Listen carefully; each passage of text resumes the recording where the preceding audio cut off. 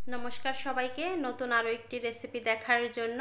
আজকের রেসিপিতে থাকছে তালের গড়াগড়ির পিঠা। এই পিঠাটা আমাদের এলাকায় প্রচলিত নয়, এটা হচ্ছে বরিশাল এলাকার নাকি খুবই জনপ্রিয় একটি পিঠা, সেটাই আজকে আপনাদের সাথে শেয়ার করলাম। মূল রেসিপিতে চলে আসলাম। প্রথমে আমি এখানে কিছুটা পরিমাণ তাল নিয়েছি। এই তালটা আমার ফ্রিজে ছিল। এখন এই তালটা আমি জাল করে নিব। আমি তালটা 3 থেকে 4 মিনিটের মতো জাল করে নেয়ার পরে এখানে দিয়ে দিলাম চিনি। মিষ্টিটা আপনারা আপনাদের পছন্দ অনুযায়ী দিবেন। চিনিটা দেওয়ার পরে এখানে আমি আরও কিছুক্ষণ জাল করে নিব এই তালটা ঘন করলে বেশি ভালো হয়।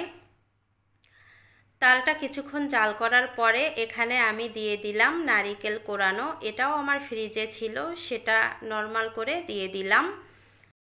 এখানে আমি আরও কিছুক্ষণ জাল করে নিব এই তালটা যত জাল হবে পিঠাটা খেতে ততই বেশি ভালো হবে, আর নয়তো কাঁচা কাঁচা একটা গন্ধ চলে আসবে।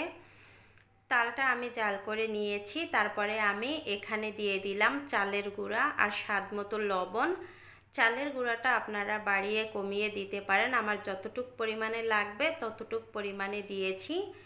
দিয়ে এখানে আমি এই তালটা শুকিয়ে নিব, যাতে শুকিয়ে যায় ভালোভাবে। এই যে শুকিয়ে নিয়েছি দেখেন। এখন হচ্ছে এগুলো আমি চুলা থেকে নামিয়ে নিব।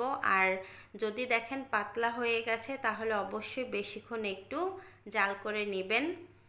নামানোর পরে এখন ঠান্ডা করে নিয়েছি আমি। ঠান্ডা করে এবার হচ্ছে মথে নিতে হবে। আমি ভালো করে মথে নিচ্ছি। এটা 2 থেকে 3 মিনিট মথে নিলেই হয়ে যাবে, এর বেশি সময় লাগবে না। মথে নেওয়া হয়ে গেছে, একটা ডো তৈরি করে নিয়েছি। এখান থেকে কিছুটা পরিমাণ আমি হাতের মধ্যে নিলাম। হাতের মধ্যে নিয়ে এখন হাত দিয়ে একটু চেপে চেপে তারপরে হচ্ছে লম্বা শেপ দিয়ে নিচ্ছি।